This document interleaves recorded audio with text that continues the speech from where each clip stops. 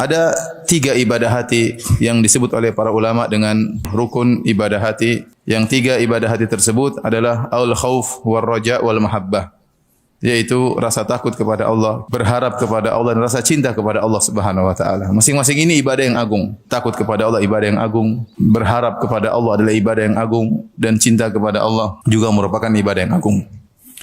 Sering kita dalam kehidupan kita sehari-hari tatkala beribadah, kita bisa menggandengkan, merangkai antara khauf dan raja, ya. Dan ini adalah suatu yang sangat indah tatkala seorang beribadah kepada Allah, dalam hatinya ada al-khauf, takut kepada Allah, dan juga ada ar-raja. Dan inilah ciri orang-orang saleh, ya. Kata Allah Subhanahu wa taala misalnya dalam Al-Qur'an, amman huwa qanitun ana al-laili sajida wa qa'iman yahdharul akhirata wa yarju rahmata rabbih. Qul hal yastawi alladhina ya'lamuna wal ladzina la ya'lamun innama yatadhakkaru ulul albab. Kata Allah, dan apakah seorang yang di malam hari dia berdiri rukuk dan sujud salat malam, kenapa?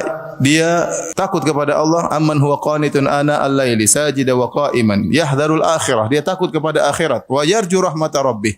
Dan dia berharap rahmat dari Allah. Di sini dia menggabungkan antara rasa takut dan harapan. Allah muji orang seperti ini. Kalau Allah menyebutkan tentang para anbiya, Allah menyebutkan sifat-sifat mereka, wa yad'unana raghaban wa rahaban. Mereka berdoa kepada kami dalam kondisi raghaban wa rahaban, dalam kondisi berharap dan juga takut kepada Allah Subhanahu wa taala. Intinya Allah memuji orang-orang yang menggabungkan antara takut dan berharap. Dan kita bisa sering seperti itu. Betapa sering kita salat, kemudian kita berdoa, kita khawatir doa kita tidak diterima, tapi kita berharap agar doa kita diterima. Kalau kita berhaji, kita sangat melepaskan harapan kita kepada Allah Subhanahu wa taala, tapi ada kekhawatiran jangan-jangan haji kita tidak mabrur. Dan sering dalam benak kita seperti itu. Dan ini adalah suatu keindahan dalam ibadah. Tetapi lebih indah lagi kalau kita masukkan dalam hati kita ada mahabbah, cinta kepada Allah Subhanahu wa taala. Kalau kita sudah cinta kepada Allah Subhanahu wa taala, maka tadi saya katakan di awal pengajian akan ada kelezatan yang kita rasakan tatkala beribadah kepada Allah Subhanahu wa taala. Beda antara seorang yang pergi ke masjid untuk melaksanakan salat berjamaah karena dia takut, ya, kalau dia tidak berjamaah mungkin salatnya tidak diterima. Kalau tidak berjamaah mungkin dia berdosa. Dia berharap dengan saya berjamaah maka pahala salat saya 27 kali lipat. Ini bagus.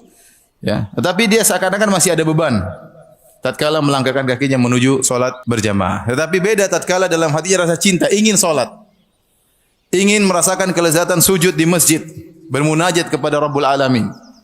Maka langkah kaki dia menuju ke masjid lain rasanya, ya. Makanya di antara 7 golongan yang Allah Subhanahu wa taala naungi pada hari kiamat, kata Nabi sallallahu alaihi wasallam, rajulun qalbuhu mu'allaqun bil masajid. Seorang yang hatinya rindu untuk ke masjid. Kenapa? Dalam hatinya ada cinta kepada Allah Subhanahu wa taala, ya.